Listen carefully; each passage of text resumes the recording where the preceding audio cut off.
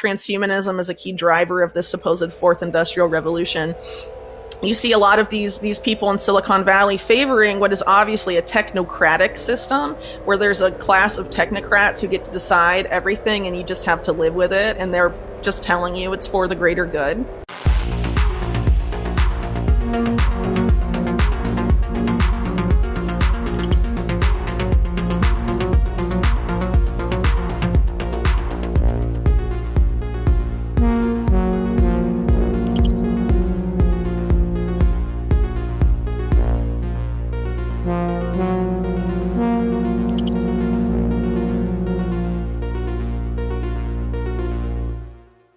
Welcome to Redacted Conversations. I'm Clayton Morris. On this show, we invite journalists, whistleblowers, interesting people on to have conversations that you won't likely hear about in the mainstream media. And today we're speaking with journalist Whitney Webb. She is the author of the 2-volume book on Jeffrey Epstein called One Nation Under Blackmail, the Sordid Union Between Intelligence and Crime that Gave Rise to Jeffrey Epstein. Whitney Webb, welcome to the show.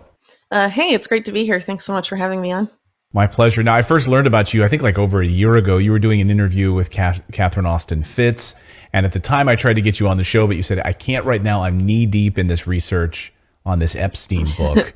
And I'm glad you said no, because wow, what an amazing work of journalism that you've turned out. I think it's like 1,000 pages. So I'm glad we waited for a long time, because now we get to go through. You were kind enough to send me the books before they were published over the summer.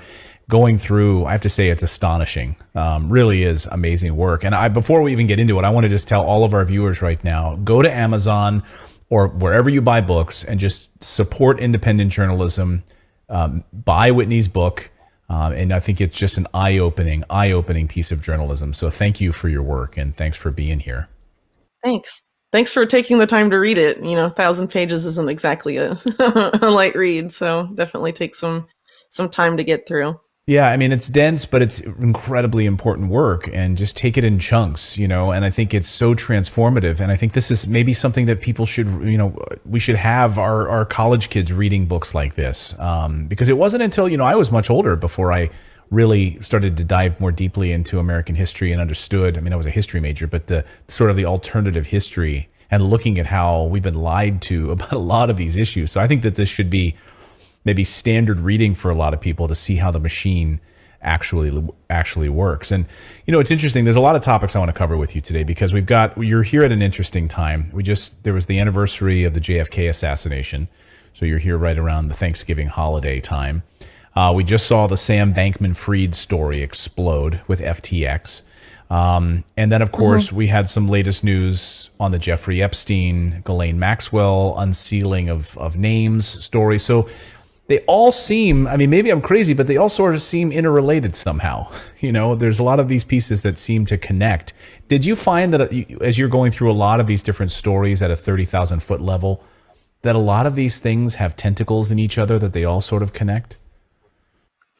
Yeah, to an extent, but you're not, when talking about things that are separated by like several decades, something like FTX and the JFK assassination, it's like a lot of legwork to really point out how you get from the network behind that to like a network behind FTX. And there is some overlap, but what I try and do in the book, right, is show that there was this fusion between intelligence and organized crime that began in the 40s, and that group has evolved over time, but they're still quite active, and are involved in a lot of different things. So in terms of like FTX specifically, it's hard to know exactly who was necessarily behind that or who was necessarily backing Sam Bankman-Fried. Right now, I think in their most recent court filings, they moved to block a lot of the other people associated with FTX, aside from Sam Bankman-Fried himself, trying to hide some of those names affiliated with him.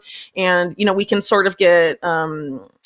we've had a little peek here and there at some of the network behind him, but it's hard to know exactly what was going on. Whereas when you're talking about something like the JFK assassination, you have like over 70 years or so, right, more or less of, research and time for documents to come out and right, Freedom of Information Act requests. And so it's much easier to piece together something like that than something that's currently like still a developing story like the FTX scandal. I guess but I just what happens, Oh, I was going to say I sort of see a lot of just similarities in the in the cover-ups, the powerful people, the elites that don't want you to have access to this information. I think there's a lot of commonalities between these stories, right? Yeah, well, if you have a particular network, that's even decentralized, right, and they're able to get away with things decade over decade, they're not going to stop that behavior because of a lack of accountability. And so these particular groups that are affiliated with either organized crime or intelligence or, different power brokers, more often than not, the law doesn't apply to them like it applies to the rest of us. So they're able to sort of get away with certain crimes if they're in bed with the right actors,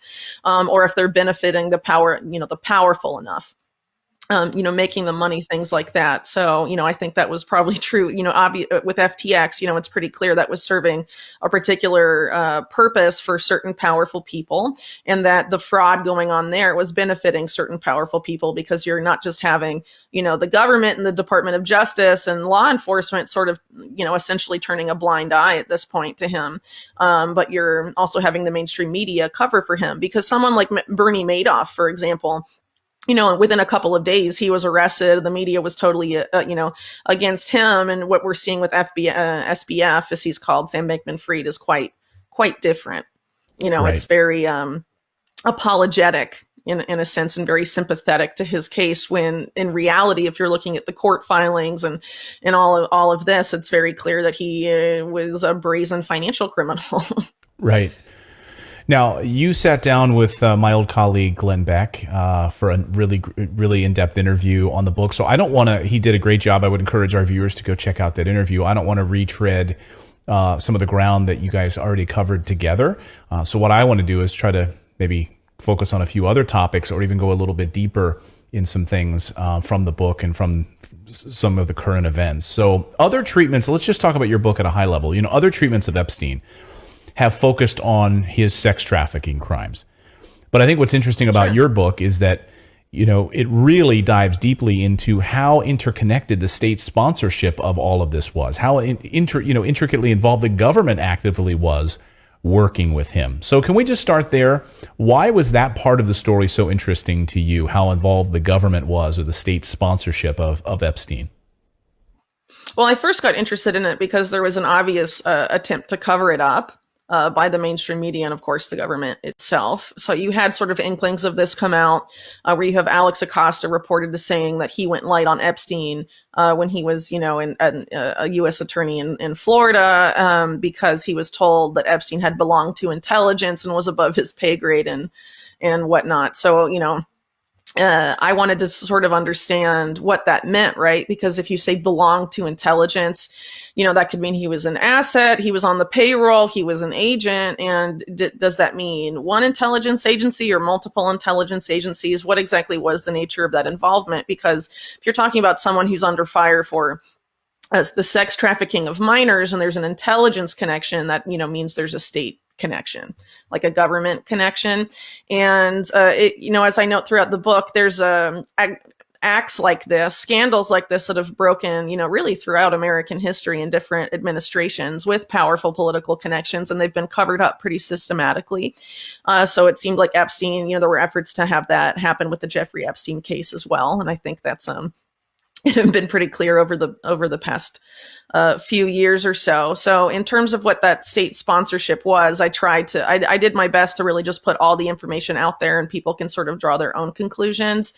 But I think it's pretty conclusive that there was either one or two in state intelligence agencies that were involved with his activities. But it's not just limited to sex trafficking. So if you look at the mainstream media narrative of Epstein, it focuses pretty much exclusively on his sex trafficking from 2000 to 2006, give or take, Right. with the exception of the Ghislaine Maxwell trial, which deals with some stuff in the 90s. But overall, it's mostly focused on a very specific activity in a very specific time frame. And this is someone who's, entered the workforce really at some point in the 1970s. And a lot of those intelligence connections go back to the 80s and arguably even 70s as well.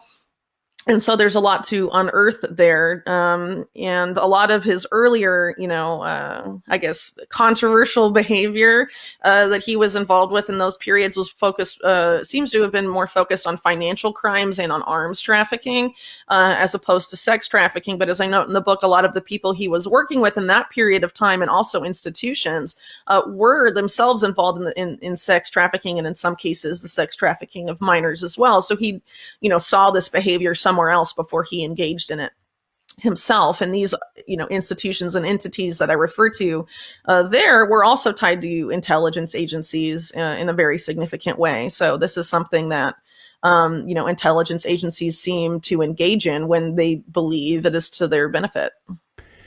Yeah, I couldn't help. I mean, in the book you point out a couple of instances where, well, some of his colleagues were fried publicly about it, went to jail, and his name was just like mysteriously removed.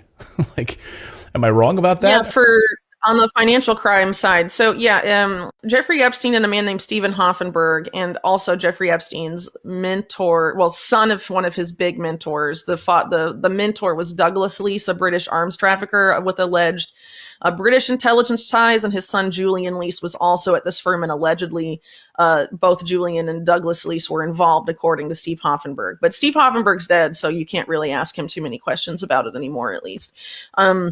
But it was Steve Hoffenberg had created this company called Towers Financial, and Douglas Leese was allegedly a principal there and connected Steve Hoffenberg and Jeffrey Epstein. And once Jeffrey Epstein is on the scene, this is around 1987 or so, interestingly enough, the year he also is alleged to have linked up with Leslie Wexner.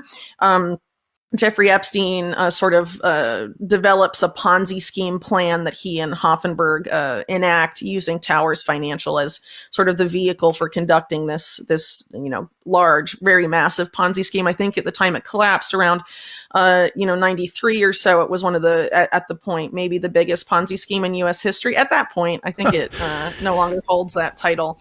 But yes, so in grand jury proceedings, the attorneys involved in prosecuting that case, their main narrative was that Jeffrey Epstein was the mastermind, and Stephen Hoffenberg confirmed this in his testimony to the grand jury.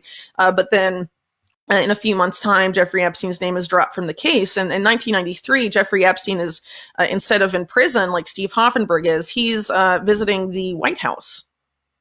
And that may be related to why, his name was dropped from the case, because he became intimately involved in fundraisers. And one of the fundraisers he was first involved in, at least that we know about, in 1993, was related to a fundraiser for the White House Historical Association.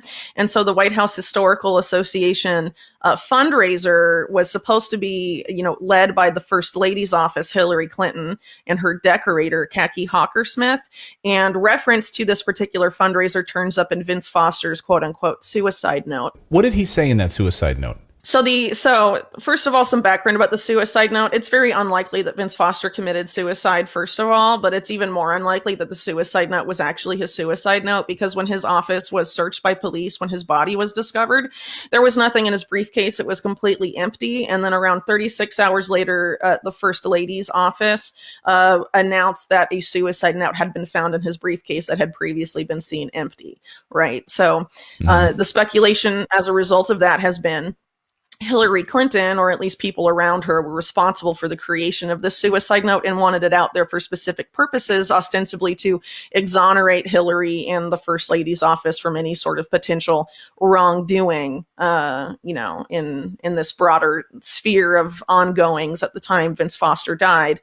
And the only reference to Hillary Clinton in that quote unquote suicide note is related to this fundraiser, and how there was nothing funny about the money involved. And of course, as White House legal counsel at the time of his death, Vince Foster would have been responsible for determining if there was anything suspect about the finances of that particular fundraiser. And if you look at some of the names associated with this fundraiser, you don't just have Jeffrey Epstein, you have people like Clark Clifford, who, for example, was instrumental in having BCCI establish itself in the United States, with BCCI being the Bank of Credit and Commerce International, which is one of these organizations I sort of alluded to earlier that is, essentially masquerading as a bank, but is really a private intelligence apparatus that's sex trafficking minors, among other things, but involved in money laundering on a massive scale and all other sorts of just really insane and brazen financial crimes that were investigated by Congress, and it, sort of collapsed spectacularly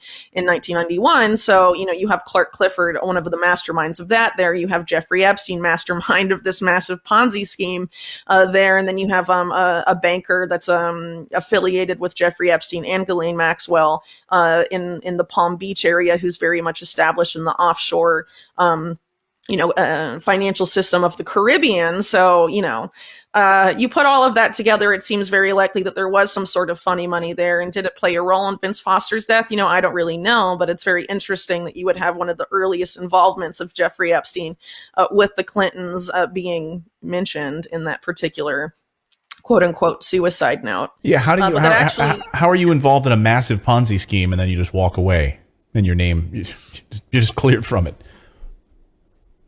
Yeah, and why is Hillary Clinton going to these types of bankers to finance something that's ostensibly her just changing curtains at the White House? A lot of it doesn't make sense. Yeah.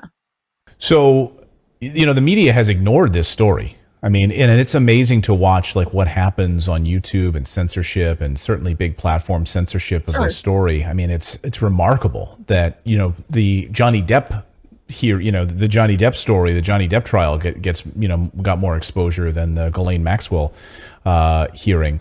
I'm sure someone has done a content analysis out there to prove my point on that, but I don't have the numbers in front of me. But why do you think that the media has ignored this story? I mean, there's big pieces of this that seem largely ignored by the media. What parts specifically do you think that the media has ignored, just glossed over, and we don't even know about it? We don't hear at all about it. Yeah, so a lot of it has to do with, I would say, the Epstein-Clinton relationship, because we just went over year one of the Epstein-Clinton relationship. After 1993, it gets significantly crazier.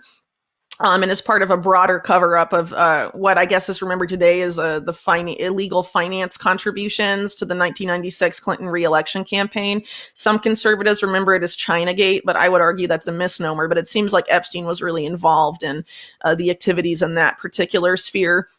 And then, of course, goes on after Clinton leaves office, after being involved in all these illegal fundraisers for the Clintons. And prior to that, constructing this giant Ponzi scheme, he helps the Clintons set up the Clinton Foundation. And that's why Bill Clinton is on Jeffrey Epstein's plane going to Africa and Asia and all these different stuff. It's all about the Clinton Foundation.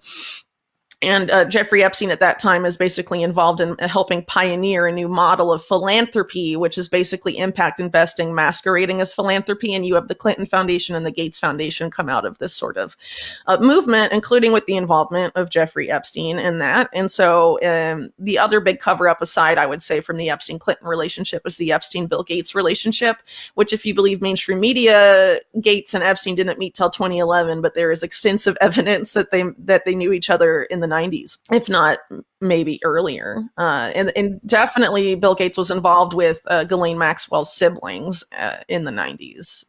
That's completely documented. So that's been completely glossed over. The reason I would argue is actually beyond Bill Gates. I think it would create major problems for Microsoft as a company, because it's not just a Bill Gates-Epstein relationship. Epstein was very involved with the chief technology officer of Microsoft and several other top executives in a very significant way. So, I mean, this is a big question. Where do you think it all leads? But, we talk about the deep, we talk about the deep state on our show quite a bit. And it's not, I think, the idea of conspiracy theories, we joke on our show that a conspiracy theory is just someone that has, a spoiler alert for what's 6 months to come on our show. So we try to welcome conspiracy theorists on our show, or conspiracy theories, because very often it's the things that the mainstream media ignores and what are actually happening. I think it's a pejorative that goes back decades.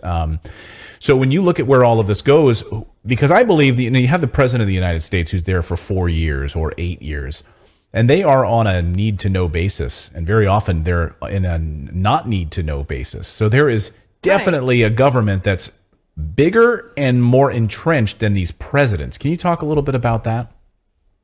Yeah, so I think what most people call the deep state, I tend not to use that term because it's been so politicized in some circles. So I tend to refer to it basically as the national security state, which I think is fairly accurate because when you're talking about the deep state, you tend to be talking about military and intelligence agencies more often than not, and which is also the same as the national security state. And when you use that term, it sort of brings, the contractors in with it. And so when you look at the contractors of the national security state, you're looking at groups like MITRE that are really shady, in the Rand Corporation, also very spooky, but also the Silicon Valley giants, right, are almost all major contractors to the national security state. So that's, Google, Microsoft, Oracle, Amazon, a lot of the big names of Silicon Valley are also tied up in this now. And so I think that's pretty much the best way to think of it. A lot of people, when they talk about Silicon Valley, divorce them from the national security state, but they've essentially fused, and that's been a major theme of my work over the past probably like three years, maybe 4 years or so. So yeah, I've been in. That's when I first learned of you. That's some of the writings I started reading of your work had to do with that relationship, and I think most people don't know this deep connection to Silicon Valley. And a lot of people would argue, hey, real Washington is run out of Silicon Valley, not in Washington, D.C., the Googles, the Amazons of the world. And the relationship between the CIA and and Amazon and these early contracts that put these companies on the map. Can you talk a little bit about that incestuous relationship? Sure. Well, a lot of the big Silicon Valley names today wouldn't exist without the involvement of the CIA or NQTEL, the CIA's venture capital arm. Or in the case of, Facebook, you have sort of a DARPA connection there. So a lot of these, Silicon Valley companies, we were sort of sold this narrative, oh, it's just these guys in their garage and look at their brilliant startup. If you actually look into the narratives in a lot of those cases, that's not what you're going to find. You're going to find, NQTEL or connections to powerful people and deal making and whatnot. But, in a lot of the bigger names, you find the national security state there really from the off. And it has sort of, that relationship has been relatively, continuous from their founding onward. So I think if you look at Silicon Valley specifically, there's a really good book called Surveillance Valley by Yasha Levine. In looking at that, it sort of shows how the military industrial complex, which I would argue is really the military intelligence industrial complex, that particular group is looking as early as the Vietnam War of using what later becomes the internet, but technology as a way to surveil the population for the purpose of dissident hunting, like what we now see as the war on domestic terror, that they're trying to sort of foist upon the public using, of course, Silicon Valley as the means of doing that. Or rather Silicon Valley products. So this is sort of a very long-standing agenda. And this was originally piloted in Vietnam as something called Operation, or the Phoenix program, and was used extensive databases and, the technology of the time as a tool to basically launch a war of domestic terror within Vietnam, which resulted in the murder of a lot of civilians and alleged dissidents and all of this stuff. And if you look over time of the deep state or this particular factions of the national security state over time, even going through Iran-Contra, for example, you have the creation of something called the Main Core database, which was a names of millions of American or perceived dissidents in the United States who, in the event of a vaguely defined national emergency, would be rounded up. And this, of course, is something that these actors have done in other countries, especially in that period of time they'd been doing for decades, from Vietnam on, from Vietnam to Operation Condor in Latin America, which the CIA designed and helped run, and then some of the stuff going on in Central America, later. And they intended to turn, this particular group behind Iran-Contra intended to turn these tactics and this basically this war, this style of war, back on the American public at some point. And these particular people were also very much intimately involved with a lot of these networks that Silicon Valley came out of. And so it's really no coincidence that today you sort of see this unfolding now. And the main core database, for example, the deep state never destroyed that. It still exists as far as we know. The last mainstream-ish media report on it was in 2008. And in 2008, it had 6 million Americans on it. I would assume that's higher now. Wow. But basically, all of the surveillance of the NSA, that the NSA and all the other agencies suck up on you and data mine from you, it's all linked to your name in that database. So it's just a massive trove of data. And the way they turn that into actionable intelligence is through Palantir. Palantir is a definite CIA front company, funded with Peter Thiel's money, but also with NQL money. From the off, yes. And their first, for the first, I don't know, I think 3 years as a company, their only client was the CIA, which basically molded their product into what it is. And if, according to Alex Karp, who I believe is still CEO of Palantir, the CIA was always the intended client of Palantir when it was created. Palantir, from the evidence, seems to have been expressly created to replace a DARPA program called Total Information Awareness that was designed and going to be run by one of the top people from Iran-Contra, John Poindexter, who's also considered to be one of the godfathers of modern surveillance. And total information awareness was totally attacked in even the mainstream media, in Congress, the ACLU, across the board dissent. They said it would eliminate privacy in the United States and totally destroy the Constitution. And so the program was defunded, but it was resurrected with the involvement of Peter Thiel and Alex Karp and Richard Pearl, who's from the Reagan administration, was an advisor to the Bush administration and one of the architects of the Iraq War. He was there connecting Thiel with Poindexter to sort of bring resurrect TIA as Palantir, and so that's essentially what happened. And in the same time frame, another DARPA program was on the chopping block for the same reasons, called LifeLog. And Peter Thiel comes in and essentially puts a bunch of money behind Facebook, which is, today is analogous to what the LifeLog program was. And the day that LifeLog was shut down is the day that Facebook launched. All very coincidental. Yeah.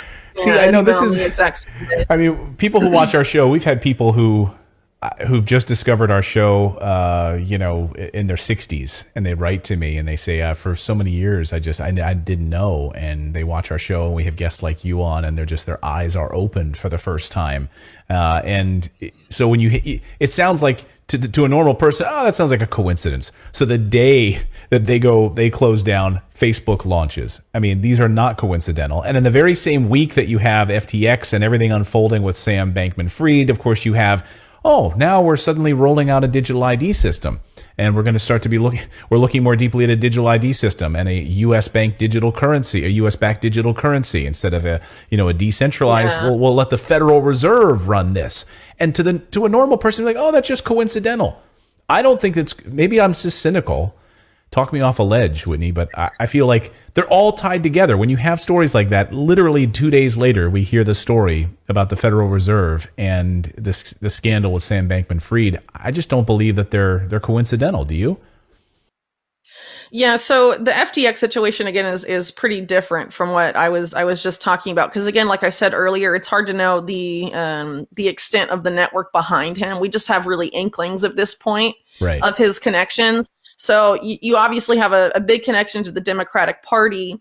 You also have, but there were also donations made to Republican candidates. People that have looked really deeply into this have found the Republican candidates that were supported by FTX executives, including, I think the one that donated to Republican candidates was Ryan Salome. But if you look at those Republican candidates, they were all pro biosecurity policy in the same way that Democrats are when it comes to COVID. So these are like pro-pandemic Republicans, definitely not sort of in the populist Republican mold that seems to be more popular these days. But then if you look behind SBF, at least what people have been able to surmise so far, there's this network called Effective Altruism behind it. And if you look at the alleged founder of Effective Altruism, who's a British philosopher named William McCaskill, which isn't his real last name, that's his ex-wife's grandmother's surname. So interesting he would choose to use that publicly. I know, right?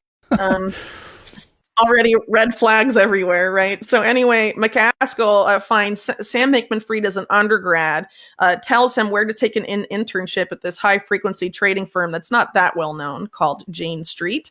And then at Jane Street, this is where Sam Bankman-Fried meets the core group of, FTX before FTX exists. And the people that follow him to FTX are not just Jane Street alums like he is, but also effective altruists, which has sort of culty vibes. They have like shared housing and all of this stuff in centers that are sort of littering, all over the world at this point. And they manage a lot of money. And then he leaves Jane Street, even though he's very well paid, due to a alleged moral quandary related to the effective altruist philosophy, and then creates Alameda Research, which is the hedge fund or trading arm of FTX. And he co-founds Alameda with a woman named Terry McCauley, who hasn't not been there for some time, but she was tied up with the Center for Effective Altruism, which is William McCaskill's organization. So you have McCaskill pretty much all over this. And then he's also an advisor to an FTX fund by the end of it, and only resigned after the collapse of FTX took place. So you have this guy basically guiding Sam Bankman-Fried's entire career. And what's interesting, so talking about this pandemic obsession that Sam Bankman-Fried allegedly had, and that actually William McCaskill, before the collapse of FTX, described Sam Bankman-Fried as having, you have one of the other big effective altruist organizations that has lots of money behind it, Open Philanthropy, be the group that finances Event 201, and then gives loads of money to the Johns Hopkins Center for Health Security and a lot of these other biosecurity organizations that have ties to the 2001 anthrax attacks and Dark Winter in June 2001 that since us, more or less predicted how the anthrax attacks were going to go down months before they happened, among other things, including the Nuclear Threat Initiative, which is tied up with that too. So Open Philanthropy also actively very, very much donating to these causes. And the big name behind Open Philanthropy, that's also one of the big names in effective altruism, aside from Sam Bankman-Fried, is Dustin Moskovitz, who's a Facebook co-founder with Mark Zuckerberg. So you start to sort of see this network there. But what's the more you look at it, it's very bizarre because a lot of their backstory doesn't make sense. But they have, according to them, billions of dollars of money that they manage, and there's even like connections to Elon Musk at a effective altruist summit. Peter Thiel gave the keynote speech, so you have a lot of these Silicon Valley guys very connected to this movement. And some people have noted that effective altruism is actually most popular in Silicon Valley than elsewhere. So this particular network definitely merits investigating, and it seems to be a sore spot for some people. Lex Friedman, the very popular podcaster, did an interview with William McCaskill. The FTX scandal breaks. He deletes it. A friend of mine, Marty Bent, calls him out for it, and Lex Friedman blocks him. He's not even directly tied necessarily until you look really into it to Sam Bankman-Fried, but people knew, I got to delete my stuff I did with William McCaskill promoting effective altruism now. So there definitely seems to be something there. So the question is, if this is the network, that we can sort of see this William McCaskill guy, and he's sort of pulling the strings, it seems, on Sam Bankman-Fried, and FTX is involved in, weird financial stuff with Ukraine, with the Democratic Party, and what have you. How powerful is this group really, and what are they trying to accomplish? So in terms of what you mentioned as to what may have been sort of the agenda behind this, sort of following the problem reaction solution model, which seems to happen, relatively often. A few months ago, you had Sam Bankman-Fried basically promoting the idea that FTX would become what he called the Everything app. This is a buzzword I pay a lot of attention to these days, because the Everything app is invariably going to be the app that is tied to your digital ID, to your central bank digital currency, your social media. Basically, when they mean everything, that's what they mean. Your vaccine passport, right? Yeah, so we'll see your health records, your carbon footprint tracker. So you won't be able to go to this location because it'll all be inside of this app. So, wow. So FTX was, that's what he was. The Everything app. Yeah, he wanted FTX to be that. He wanted it to be the bridge from the current system to that system. But there's other people that want that too. So Elon Musk, for example, when he bought Twitter, said he wanted to make Twitter the everything app, following it off the WeChat model in China, which the WeChat in China is the closest thing, as far as I'm aware, to an everything app currently in wide use today, because it ties together social media, your finances, all other sorts of services tied to just that one app. And the parent company um, of um, of WeChat is one of the top investors in Tesla, and one of the most active advisors to Tesla as a company, which, by the way, Jeffrey Epstein was also advising before his second arrest. But so that's what I said at the beginning. Do you see how all of these tentacles intertwine in some little way? And it feels like even just like similarities between like effort, where did Epstein get his billions? So we can never seem to get an answer on that. Where did SBF? Where did Sam Bankman-Fried get his billions? We can't seem to get answers on that too. Yeah, there's a lot of question marks there, because the origin story is it came from these arbitrage trades between the price of that he was taking advantage of the price of Bitcoin being different in Asia than it is in the US. Well, Japan and Korea, South Korea, I think, than the US. But in order to actually have made billions off of that, he would have needed a lot of capital already at the time to have made that much money that quickly. And he's not really giving any answers on where that money has come from. And according to some people that have looked into this even prior to the collapse, became very evasive when asked about the origins of this money. And as far as I've been able to see, looking at other people, people on Twitter and elsewhere, it looks like the only name tied to an injection of money at that period of time is one of the co-founders of Skype, who it turns out is an effective altruist, giving money to SBF at this particular juncture. But it may have been more than just him. But again, it's this particular network you see pop up time and again, and it's very odd. So this particular company, again, FTX, Bloomberg announced that they were being investigated. It looks like by the Southern District of New York months before the collapse. So there was some sort of tip off, I guess. You had a couple of the top executives leave, who again are either tied to Jane Street, effective altruism, or both, before FTX actually collapses. And then you have William McAskill's Center for Effective Altruism splintering into a bunch of pieces within the UK, like changing how it's registered. And it's now been divided into like 5 or 6 shell companies. And William McAskill has used different variations of his name to try and disconnect them from each other. So one's registered to Dr. William McAskill, William David McAskill, William McAskill, Dr. William David, all these different variations, and they all have different, I mean, it's technically illegal, and that's what con men teams, normally do in like the British system to keep their shell companies disconnected and stuff. And he made that move in August, when apparently they were starting to be investigated. So there's a bunch of weird stuff going on with this particular network and money. And if you look at some of the funds that the Center for Effective Altruism manages, they have there's the guys at the top of that organization. There's maybe like 4 or 5 of them, and they have like different effective altruist groups themselves, the biggest one being the Center for Effective Altruism. And they're just making grants to each other in a circular fashion. So, one makes $1 million grant to this group, and then that one makes $500,000 or $500,000 grants to the next one, and so on. And it's all just changing hands between these same groups. And to me, that looks like money laundering, but what do I know? Right. And weird that you have a FTX being accused of money laundering in its own right. And they were also, FTX, as soon as they started, were allegedly funneling large amounts of money back to the Center for Effective Altruism.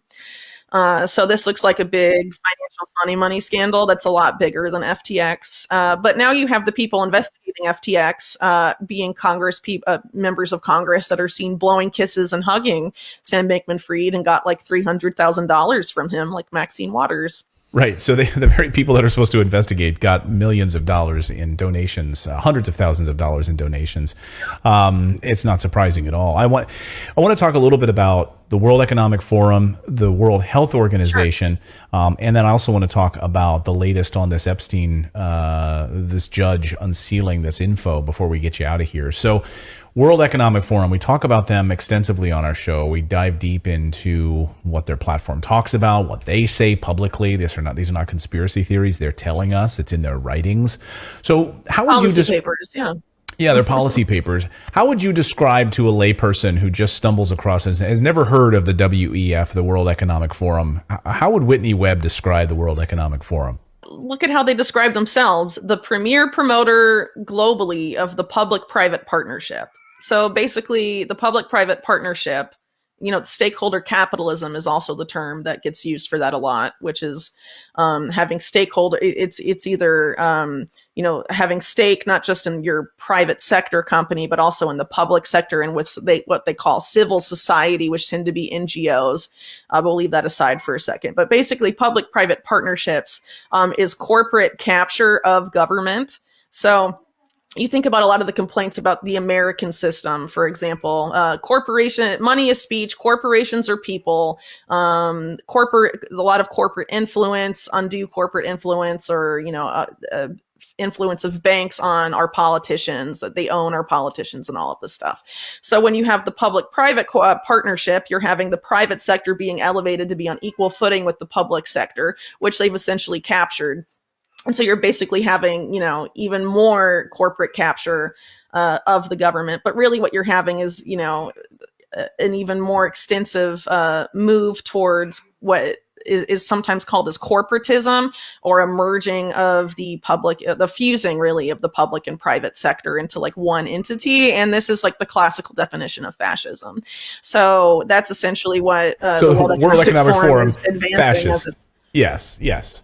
Well, a lot of people like to throw around communist fascism, but ultimately, if you're looking at that, a fusing of public and private power, it doesn't matter if the public or the private is really the dominant. You're getting the same totalitarian system at the end of the day. So I find that a lot of people, when they're talking about the WEF, there tends to be a lot of disagreement over just the vocabulary and the terms we're using.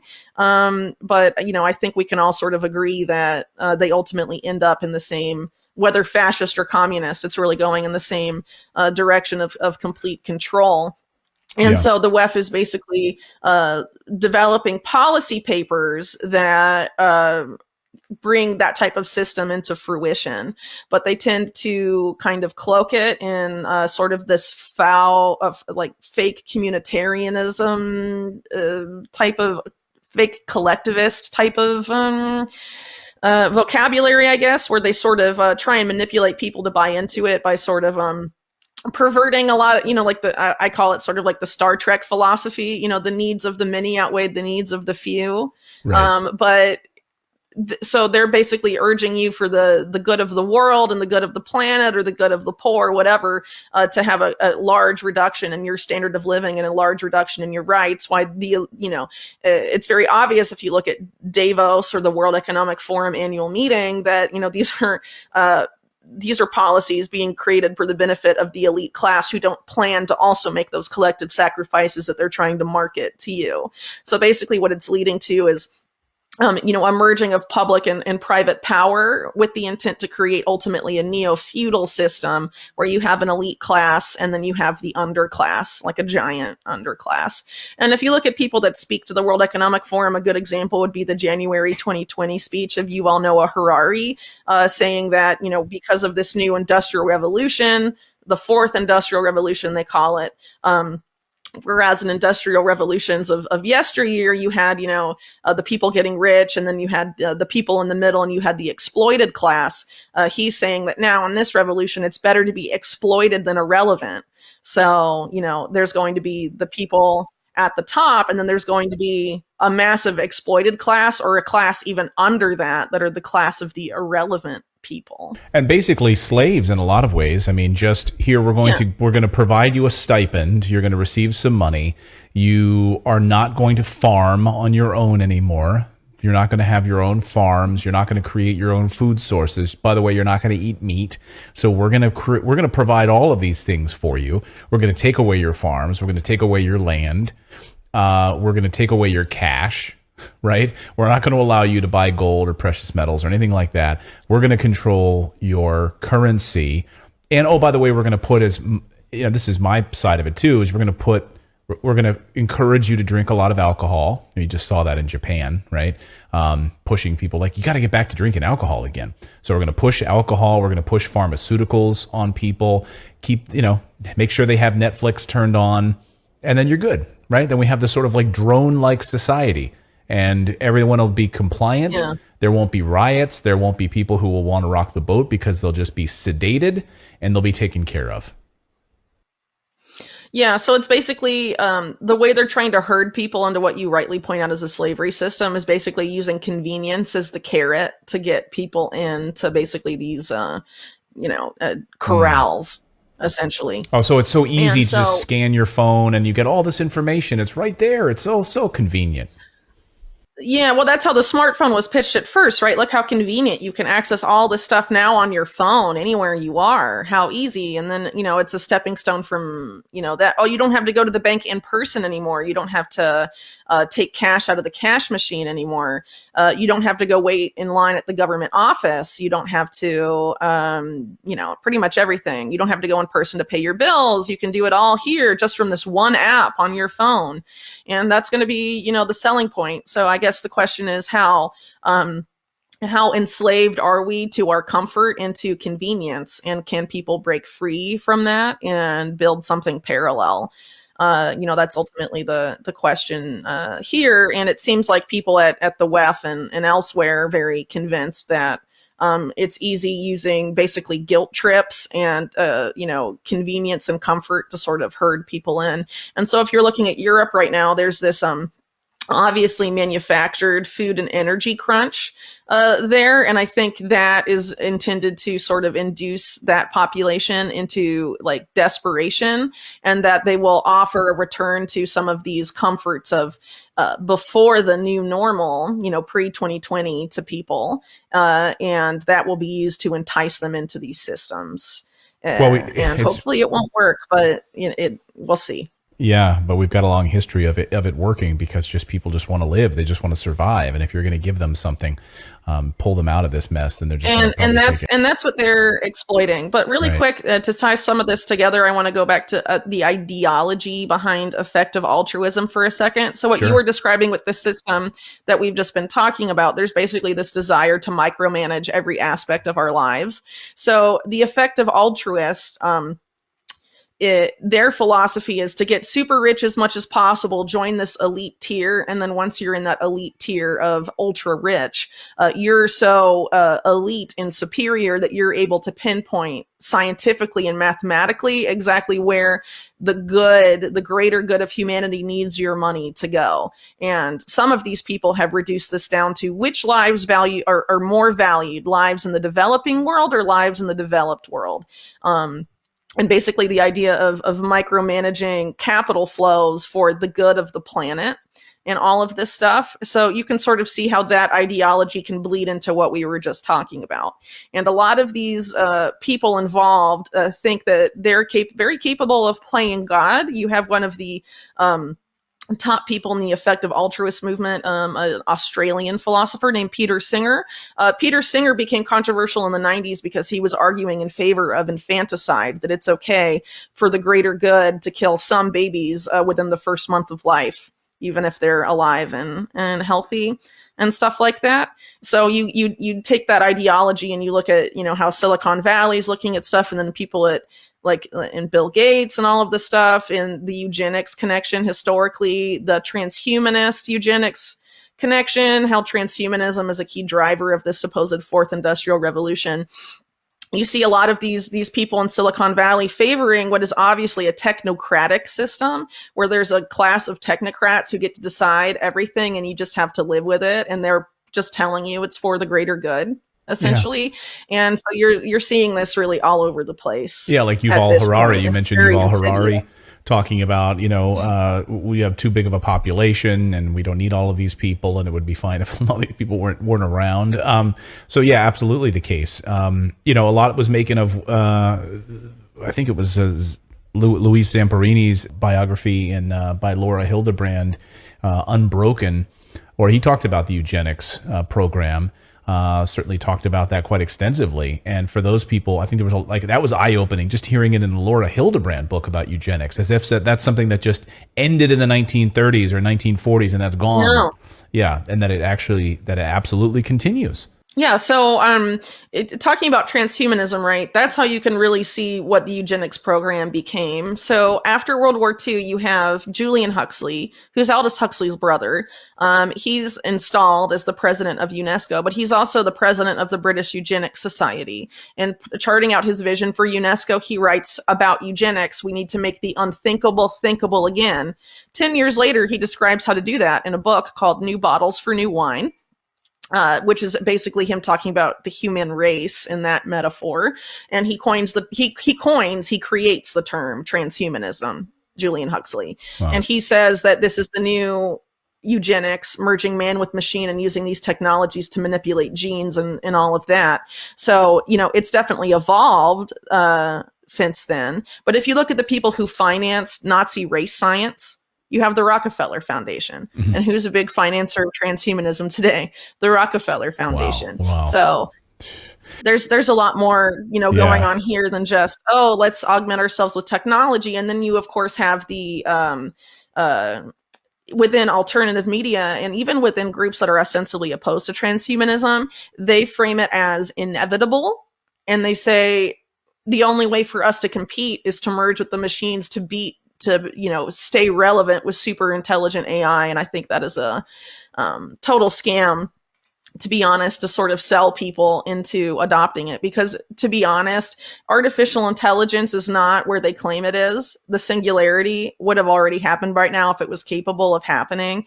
And if you look at some of their research studies, it's very clear that they can't make it happen, and they're trying to really scramble to make it happen. So the idea of super intelligent AI just appearing on the scene and dominating life is very, very unlikely. But they don't really necessarily need to get that point to get people on the transhumanist bagwagon. They just have to say it's happened without evidence, potentially have it parroted by mainstream media, drum up the fear, and then say the only way to fight it or stay relevant is to get a chip in your brain or something like that. I want to ask you, we may see that in the future, because look at Elon Musk, for example.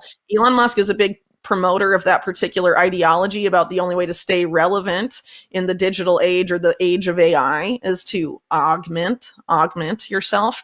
And he's also, behind Neuralink, and Neuralink has gone into human trials, even though most of the animals in animal trials died.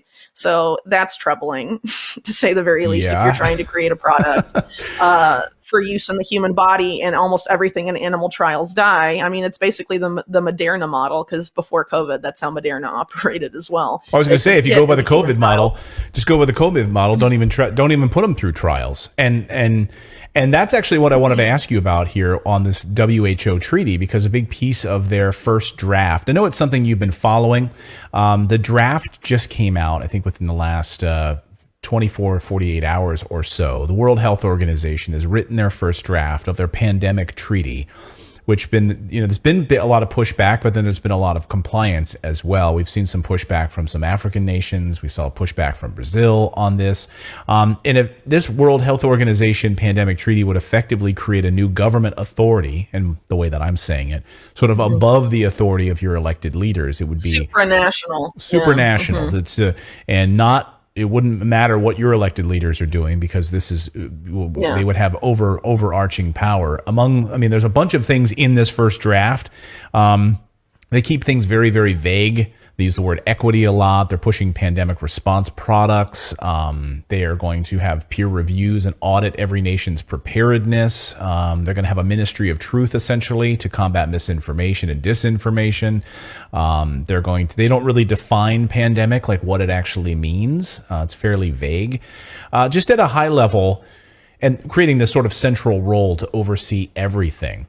What do you make of this pandemic treaty? What do you make of the World Health Organization and what this portends for the future?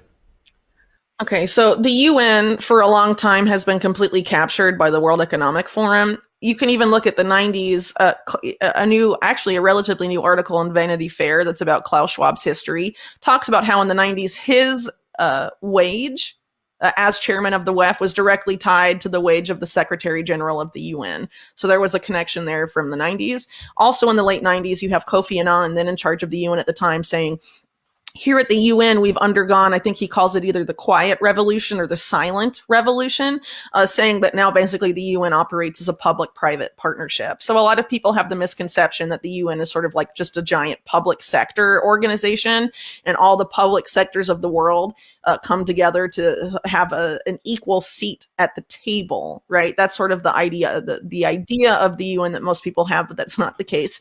And he even says in that speech, Kofi Annan does, that the business of the world, the businesses of the world is the business of the UN. And if you look at the World Health Organization and its funding, it's not just from public sectors. One of its biggest, funders is Bill Gates through the Bill and Melinda Gates Foundation, and then you have other sources of income from there as well. And you have ties to big pharma, for example. So if you look at Bill Gates, for example, in a lot of his philanthropy, it's not really philanthropy; it's impact investing. He openly talks about, for example, his investments in vaccines generate a larger return on investment than anything he's ever invested in his entire life. So does that sound like philanthropy or altruism to you? No. So, he's looking to make money essentially and looking for control. And he has a very specific agenda that a lot of people have pinpointed that's related to reducing, the size of the global population, among other things. So you have that in the mix, and a lot of pull from, non-public sector actors on the World Health Organization that are influencing directly the policy there. So, and talking about what we were discussing a moment ago with like transhumanism and basically the new eugenics, if you look at what big pharma is getting into now, a lot of it are joint ventures with major Silicon Valley companies to create new types of medicines. People like Mike Yeadon, for example, have talked a lot as having sort of an insider view of big pharma, that a lot of the most novel products that they've made and could possibly make are either generics by now or they're already on the market. So they're having an innovation problem, like they're out of products to make money off of. Right. So we need long COVID. We need long COVID. We need myocarditis medications. They have to make new conditions in order to make new products to take to market, right? And so they had originally gambled a lot of money on the mRNA stuff, but couldn't even get those into human trials previously because of toxicity issues in animal trials. And of course, COVID removed a lot of the past regulatory hurdles they previously couldn't pass. And so what I think is likely to happen with this World Health Organization stuff, if it goes through, is that you're going to further reduce, basically eliminate the ability of national governments to regulate the types of solutions pushed on countries in a future pandemic by the WHO. It could really be anything. It could be mRNA vaccines. It could also be DNA vaccines, which they tried to pitch in early 2020 and didn't really take off. It could be CRISPR types of injections, which is this DNA editing in vivo that has more money behind it than even the mRNA stuff.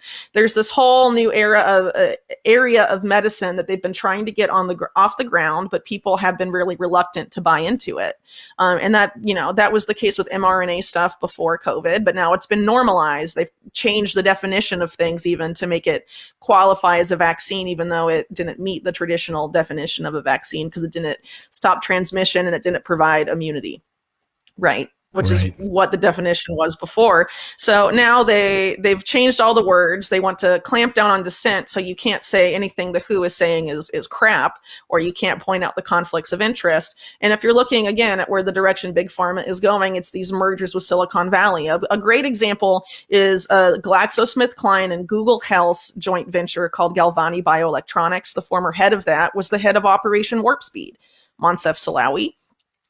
And again, Operation Warp Speed in the U.S. was run by the military, DARPA, and very shady aspects of the deep state, just to lay that out there. It all comes back. Also major roles. Yeah, well, also major roles from Google and some of these other groups as well. But if you look at one of the top advisors, one of the guys running Google Health, he's now in charge of Biden's FDA. Robert Califf. No one's really talked about him at all. And so Galvani Bioelectronics is basically injectable nanotechnology that can manipulate your central nervous system. So that's obviously a brave new world in medicine. But again, there's a lot of money behind that. And there's lots of joint ventures like this, and Silicon Valley is making a major foray into healthcare, and I think they intend to have it stay that way. They're definitely creating the infrastructure and putting a lot of money behind that. Relatively recently had an article talking about how the mRNA for the Moderna bivalent vaccines is being produced by this company called Resilience, which is basically backed by Big Pharma, the Bill and Melinda Gates Foundation, and the CIA through In-Q-Tel. And they're throwing tons of money behind this particular company to manufacture mRNA, DNA, and even like making viruses gain of function style, all sorts of stuff for the future. So they are putting a lot of money in the infrastructure to have this stuff pumped out on a regular basis. And I think it would be a mistake to disconnect that from this power grab by the World Health Organization. Because the only way they can force this transhumanist stuff or the new eugenics on people is by framing it as healthcare. And that's what they did during COVID. And they showed that they're going to try and mandate that type of stuff, even if it kills you, right? They don't care if it kills you or not, because ultimately they want to lower the global population, and to them only the strong will survive. So whoever survived the upgrades, will be around, and they'll be the fittest or whatever for their logic, only the right? strong survive. Yeah, it's crazy. Where have we heard that before? I'll get you out of here on this question because we had some news this week, and I want to be respectful of your time. We had an update on a judge over the weekend. A judge ruled that we can know some of the people perhaps linked to Jeffrey Epstein, but not the ones we wanted to know about. So some unsealing might happen. Are we to get excited about that? Any information in there, or will this ever see the light of day? Will we ever know the names associated with this? Based on what I've seen of this particular unsealing, this is about testimony that's already out there, but the names have sort of been redacted. And so the names are becoming unredacted in several cases. And many of these people aren't Johns, right, or alleged Johns. They're victims, right, that were previously had their names redacted, but the judge ruled that because they've been so public about their experience that there's no need to have their names redacted anymore. And there's some other people that have popped up whose names are going to be released. Probably the one that would have given us any information, his name was not released because he's being allowed to pursue an appeal on whether his name is going to be redacted or not. So I think that may be interesting to see if that appeal is granted or dismissed. But it doesn't seem particularly likely to me that we're really going to get a lot of new information out of here. So when I first saw the story break, I was interested because they mentioned that one of the members of the Pritzker family was going to have his name unredacted. And that's very interesting because in chapter 1 of my book, I actually talked about the Pritzkers quite a bit because they go back to the super mob, which was sort of this merging of corporate power and organized crime in Chicago. And they're one of sort of the most instrumental families in that particular area in developing that model. And if you're interested in reading more about that, you can read Super Mob by Gus Russo. I highly recommend that. So Pritzkers are basically longstanding ties to organized crime, and they're major funders of the Democratic Party and also a big force in Illinois politics. Specifically, the governor of Illinois, for example, is a member of the Pritzker family. And in Jeffrey Epstein's little black book, the note written next to I think it's Nicholas Pritzker, it says numero uno, which of course means number one in Spanish. And that's the only type of annotation like that in the entire black book. So what does that mean? Why is he number one? Does it mean he's like the head honcho or something like that? It's hard to know. So I was like, oh, okay, we'll definitely learn more about the Pritzker-Epstein relationship. But according to the judge, it's something. It's only a sentence where this particular member of the Pritzker family, I think it's Tom Pritzker, is exonerated. So it's nothing new, right? Still and it's dark. worth keeping in mind the judge overseeing this is Loretta Preska. Mm-hmm. And if you're familiar with the situation with Stephen Donziger and Chevron, she basically sent him to prison. So she's definitely not a nice lady, to say the very least. So I don't really see her granting access to the client list. But then again, she's only dealing with these transcripts of this particular case that's between Virginia Giuffre and Ghislaine Maxwell. This is not the quote unquote client list that we would assume the Department of Justice would have access to. Right. Or at least would have names there. I have to picture. So I don't really see them releasing anything ever because they're part of it. I have to picture your office has like a wall where there's like strings just with pins attached, No, like no, attached to every. no. Everyone thinks that, but it's no. How you keep all of these things straight is remarkable, absolutely remarkable, and just amazing journalism. And I hope you will be a frequent guest here on the show. I mean, I really, really do, because there's a lot of stories that you write about that we cover, and I would love your just incisive, journalism on this and your thoughts on this. So hopefully you'll be able to come back. I want to point everyone to the book, which is called On Jeffrey Epstein. Read the 2-volume book. You get a lot of information, of course, Pritzker's and otherwise. One Nation Under Blackmail is the name of the book, the sordid union between intelligence and crime that gave rise to Jeffrey Epstein. Go check out the book. Whitney, thank you so much for joining us. Where else can people find you if they want to read some of your regular writings? So my website is unlimitedhangout.com, so you can find all of my writing there. And I also republish stuff I contribute to other websites there. So that's definitely the best place to find all of my work, at least recent work. Previously I worked for Mint Press News, and so you have to search for my name there to find some of those articles as well that are a bit older. But beyond that, I also have a podcast called Unlimited Hangout that you can find on Apple Podcasts, SoundCloud, but it's also on Rockfin, ROKFIN, which is I don't have a YouTube channel, so that's what I use instead for any sort of audio visual stuff. But if you're interested in any sort of developments in my work or news about the book, like there's an upcoming audiobook, for example, you can sign up for the newsletter, unlimitedhangout.com/newsletter. Great. Wonderful. Well, thank you so much, Whitney. We really appreciate you joining us. I'll let you get back to the new baby and get back to connecting all of the dots. We appreciate it. Thank you so much, Whitney. All right. Thank you. Thank you.